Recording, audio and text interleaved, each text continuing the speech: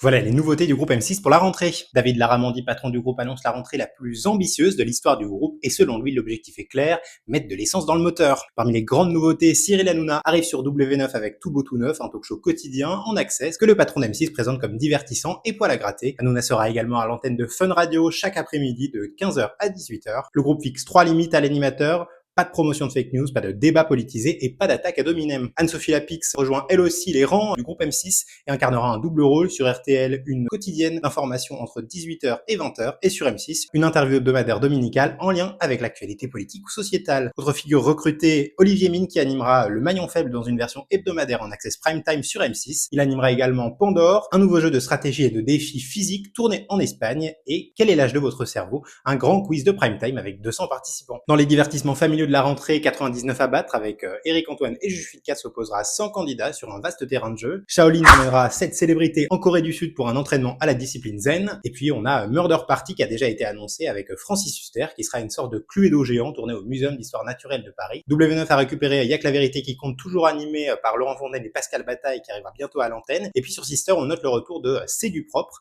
Et sur la plateforme M6+, une nouvelle version de Qui veut épouser mon fils. Côté fiction, le groupe proposa Nouveau Jour, son nouveau feuilleton quotidien diffusé à la place de Scène de ménage à partir du 30 juin cet été. Et puis à la rentrée, les deux feuilletons seront diffusés à la suite. À noter aussi la diffusion de la série culte de Amazon Prime sur M6 à l'occasion des 25 ans du Loft. Et puis on aura un épisode unique de Caméra Café en Prime. Côté sport, M6 diffusera en clair tous les matchs de la Coupe du Monde de football en juin 2026 et diffusera sur W9 la Coupe du Monde féminine. Sur le plan économique, la direction du groupe indique que le coût des grilles des chaînes reste un peu au-dessus de 500 millions d'euros, soit un budget stable. Pourtant, il faut désormais intégrer le coût d'un feuilleton quotidien à produire, ce qui représente un certain changement de paradigme pour le groupe M6. Autre grand pari économique d'M6, c'est la montée de sa plateforme M6+. Depuis son lancement en 2024, la plateforme affiche une hausse de 30% de consommation de contenu et elle est appelée à devenir, selon ses patrons, un organe de conquête, de stratégie éditoriale plus jeune, plus internationale, mais toujours adossé à l'écosystème télé. On mesure bien l'ambivalence du projet du groupe M6, parce que les audiences sont bonnes, 13,2 de part de marché cumulée sur M6, W9, Sister et Gulli, soit la meilleure saison depuis 3 ans. Le problème, c'est que cette stratégie hyper éclectique, elle traduit moins une vision éditoriale qu'un réflexe défensif.